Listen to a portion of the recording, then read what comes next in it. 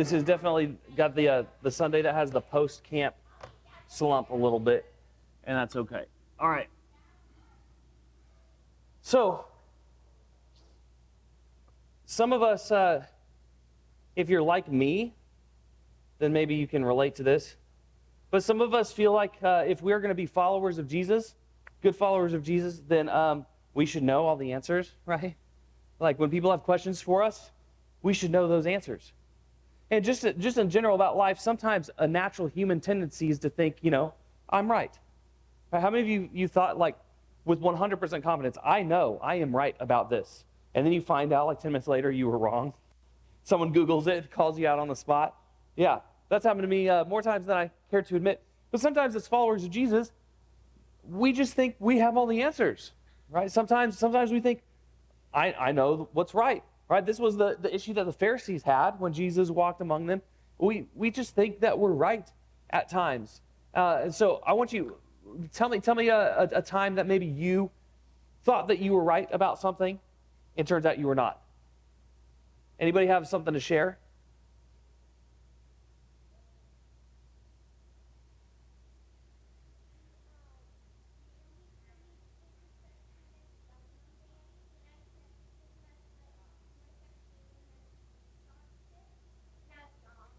You were wrong. There is such thing as yum yum berries.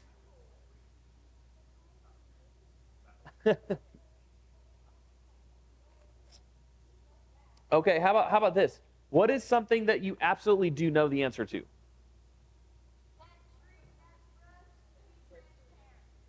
That frogs can be transparent from our game last week? Yes, that's true. Today is Sunday. You're not wrong. What else? What do you know for absolute certain?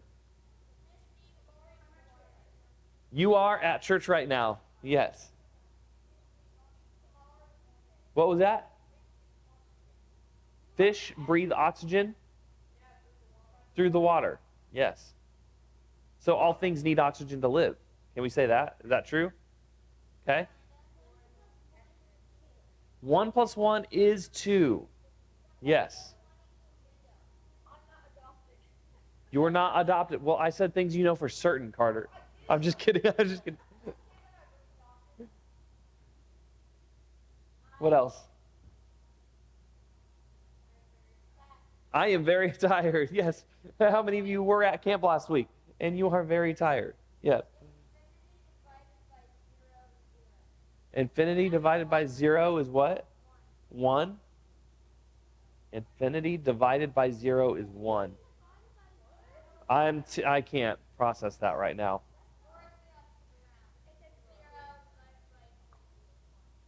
Okay. But we all have this, like, there's things that we know for certain. How many of you've known something for certain until you said it out loud, and then when you heard yourself say it out loud, you're like, now I'm not sure that's true, right? That happens to me all the time. There's things that like are right in your head, and then you start to explain it, and then you're like, oh wait, I don't think that's right. But we have this tendency to assume that we know everything at times. Now, I know we don't actually think we know everything, but when it comes to a particular thing in a conversation, we'll put our feet in the ground. We're like, no, I know, whether it's about an event that happened or something going on in the world around us or a fun fact about animals or whatever it is, we tend to, like, when we think we know something, we really think we know something, right? We almost double down on our own intuition when we think, like, I know that this is true. This is a human thing. Like,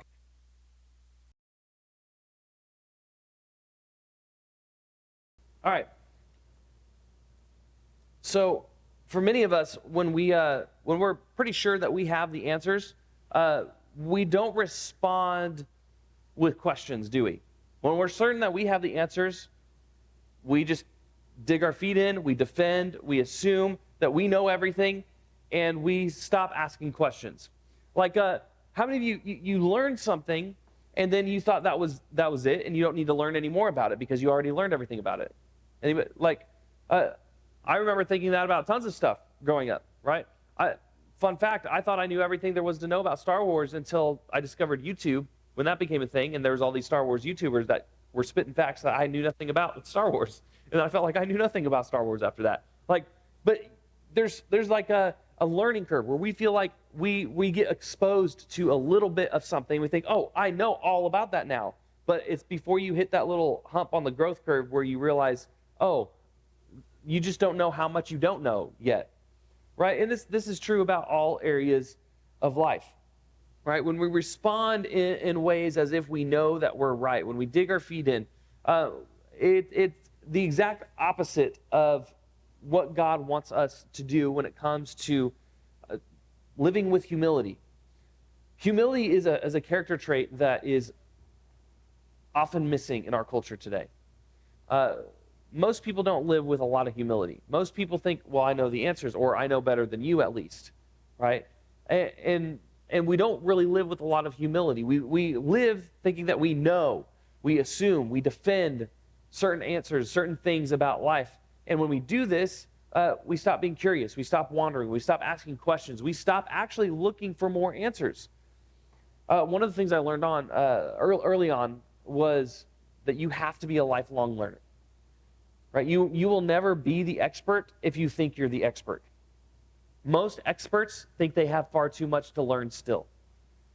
If you think you know it all, it's probably a sign that you don't know much at all. And that's kind of a tough pill to swallow at times. But the older you get, the wiser you get usually, and the more you recognize that this is true. So instead of just assuming that we know what's right, what can we do instead? I want us to look into the Gospel of Luke here for a minute, right? Luke wrote 2 of our New Testament books, which were what? If you're paying attention during our game. Luke wrote the Gospel of Luke, and what other book? Acts. Good job. You guys were paying attention, right?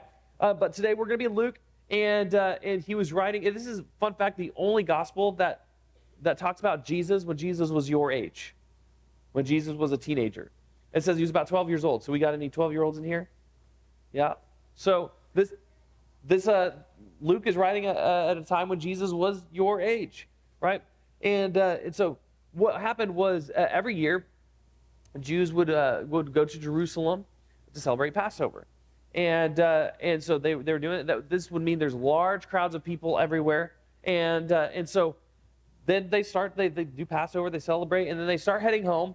And there were so many people that it had been like a full day of traveling before Mary and Joseph realized, hey, where's Jesus? He's not with you? He's not with you over there? Like, sometimes you go hang out with your friends or whatever, and your parents aren't like with you 100% of the time. Like, think about like holidays where you're together with maybe a big family or with lots of friends. Like, you're not always within eyesight of your parents the whole time. I imagine this is what it was like. They were probably traveling, and then they were probably just thinking Jesus is playing with his friends back there, and they realize Jesus is not with us.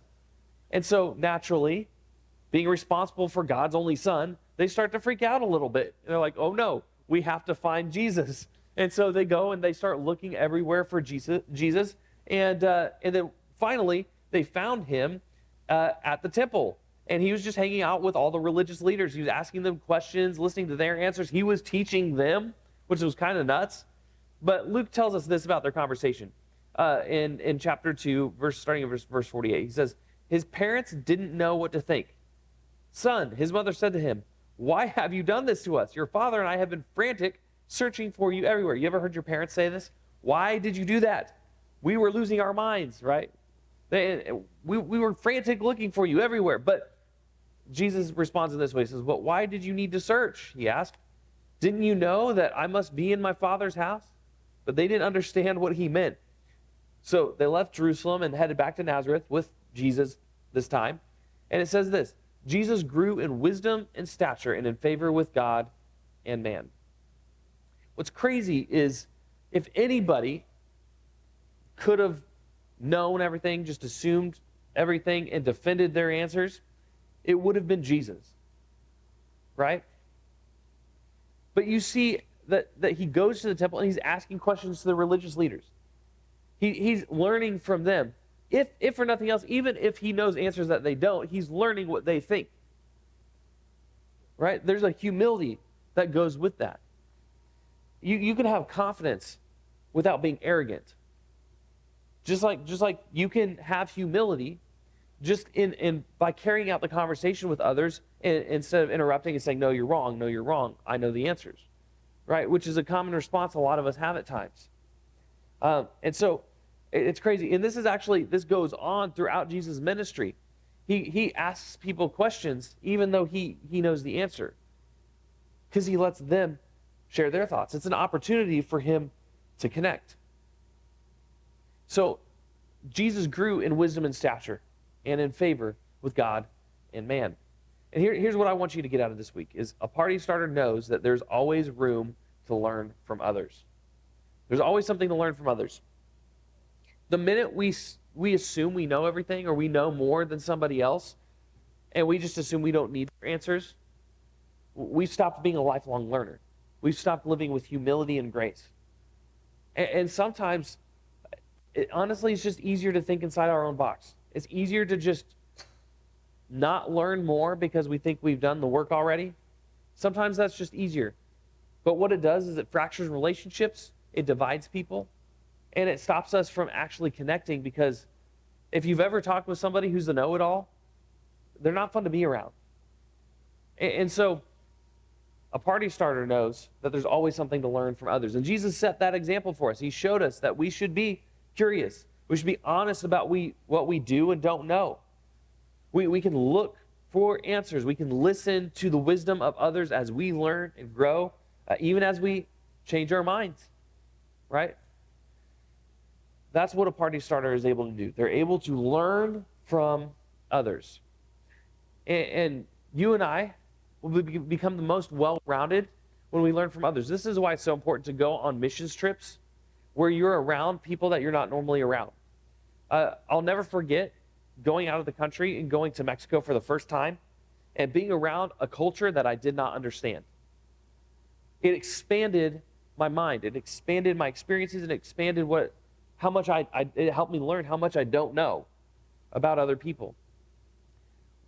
We become more well-rounded, and we become more complete when we learn from others.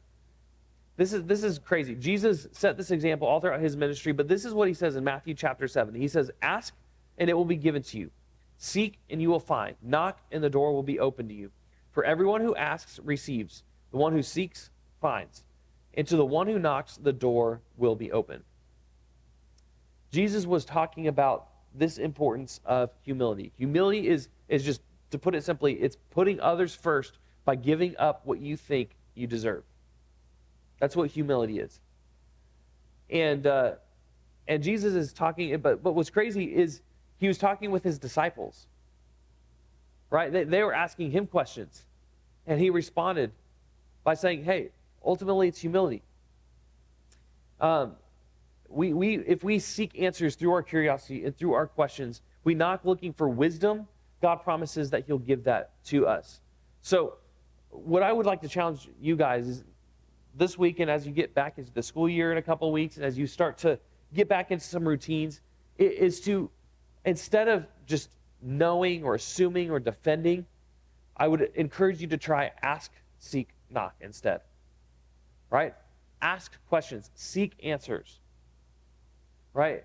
What if we stop living and behaving like we had it all figured out? This is the issue, because most of us will be willing to admit that we're not perfect, or that we've made mistakes, or we don't know everything, but that's not how we live. A lot of times we live like we think we've had it all figured out. So-and-so's stupid because they don't know what they're talking about, or whatever it is. And we assume that we know, oh, mom and dad don't know anything. They don't know what it's like, right? We assume we know all the answers. We assume we have it all figured out because we know how it is. But humility is the way to live.